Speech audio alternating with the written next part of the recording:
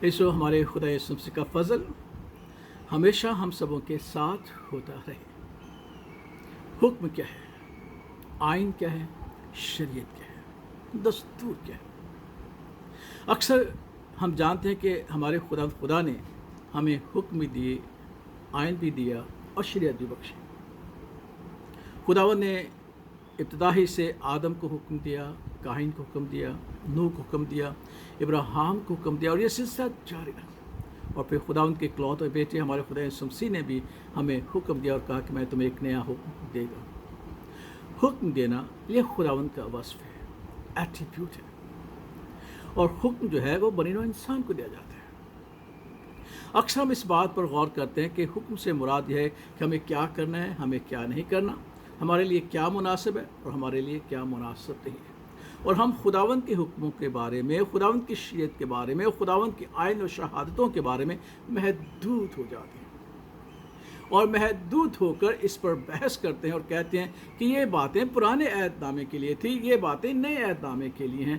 پرانے عہد نامے کا جو حکم ہے، جو دستور ہے، وہ نئے عہد نامے میں نہیں، اور نئے عہد نامے کا ہے وہ پرانے عہد نامے، اور پھر ہم اس طریقے سے الجھ جاتے ہیں، اور پھر ہم یہ کہتے ہیں، کنکلوژن کرتے ہیں کہ خدا کے پاک کلام میں مقدس پالس نے ایک بات لکھی ہے کہ ہم اب شریعت کے متحد نہیں، یعنی ہم احکامات کے متحد نہیں، آئین کے متحد، ہم فضل کے متحد ہیں۔ ان باتوں کو آنے والے ہفتوں میں آپ کے سامنے شیئر کروں گا، جو میں نے گزرے چند دنوں میں سیکھی ہے۔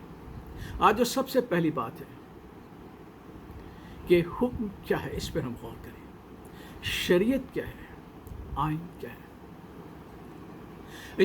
خداوند کے پاک کلام میں ہم دیکھتے ہیں کہ بنی نوع انسان کو خداوند نے حکم دیا، بنی نوع انسان کو خداوند نے اپنے آئین دیے اور شریعت دی، تاکہ بنی نوع انسان ان حکموں کے وسیلہ سے، ان آئین کے وسیلہ سے، ان شہادتوں کے وسیلہ سے، ان دستوروں کے وسیلہ سے اپنی زندگی بسر کریں اور خداوند کی نزدیکی کو حاصل کریں۔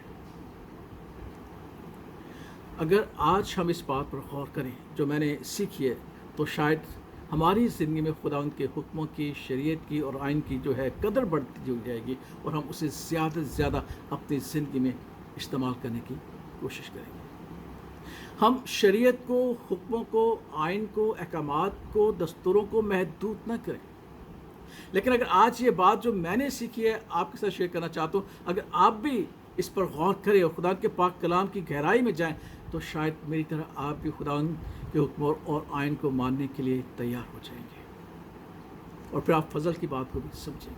میں ضرور آپ سے شیئر کروں گا حکم کیا ہے، شریعت کیا ہے، آئین کیا ہے۔ آئیے اس پر غور کریں۔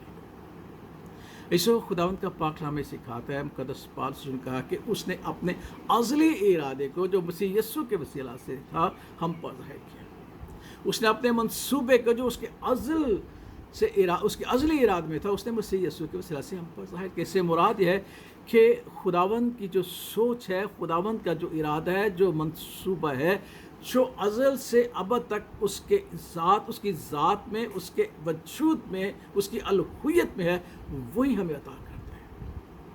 اور جب خداوند خدا جس کی ہم پرستش کرتے ہیں ازلی اور ابدی ہے، everlasting to everlasting, ازل سے مراد وہ وقت جس کا ہم شروع نہیں جانتے، ابد وہ وقت جس کا ہم آخر نہیں جانتے، خداوند ازلی اور ابدی ہے، تو اس سے مراد ہے کہ اس کی سوچ، اس کا ارادہ، اس کا منصوبہ بھی جو اس کی ذات، اس کی الوہیت میں ہے، وہ ازل سے ابد تک ہے، for everlasting to everlasting. اور جب خداوند کوئی حکم دیتا ہے تو اپنی سوچ، اپنے ادراک اور اپنے فہم کے وسیلہ سے ہمیں دیتا ہے، اور اس کا فہم، اس کا ادراک، اس کی سوچ ازلی اور ابدی ہے، کیونکہ وہ خود ازلی ہے۔ اس طرح سے ہم یہ بات کو ماننے کے لیے تیار ہو جائیں گے کہ خداوند کا ہر ایک حکم، خداوند کا ہر ایک آئین، خداوند کی ہر ایک شریعت، کیونکہ اس میں سے صادر ہے کہ اس نے کہا کہ شریعت مجھ سے صادر ہوگی، کلام مجھ سے صادر ہوگا، حکم مجھ سے صادر ہوگا۔ اور جب خدا سے جو ازلی اور ابدی ہے اس سے کوئی حکم یا آئین صادر ہوتا ہے، تو اس کے ازلی ارادے، ازلی سوچ، ازلی فہم اور ازلی ادراک کے وسیلہ سے ہے۔ اور جب وہ ازلی اور ابدی ہے تو اس کی ایک بات بھی ازلی اور ابدی ہے، اور اس کا حکم بھی ازلی اور ابدی ہے۔ اس لیے ہمارے خدا نے کہا کہ میں منسوخ کرنے نہیں آیا، پورا کرنے آیا۔ اس لیے خدا نے کی ذات میں